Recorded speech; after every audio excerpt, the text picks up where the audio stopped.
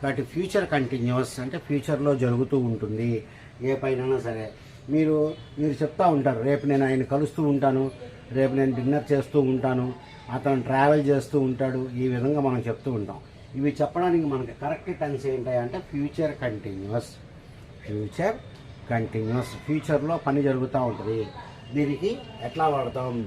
ఈ IOU subject ప్రొనౌన్స్కి అన్నిటికీ will be పెట్టండి, పక్కన ఐఎన్జీ పెట్టండి, వెర్బ్కి ఐఎన్జీ పెట్టండి, అంతే. దాన్ని మనం ఏమంటాం? ఫ్యూచర్ కంటిన్యూస్ అని చెప్పి అంటాము. అంటే an action will be in progress at some time in the future. ఫ్యూచర్లో ఒక పని ప్రోగ్రెస్లో మనకి ఉంటూ ఉంటుంది. ఫ్యూచర్లో ఒక పని ప్రోగ్రెస్లో ఉంటూ ఉంటుంది. దాన్ని మనం ఏమంటాం? ఫ్యూచర్ కంటిన్యూస్ అని చెప్పి అంటాం. Future continuous.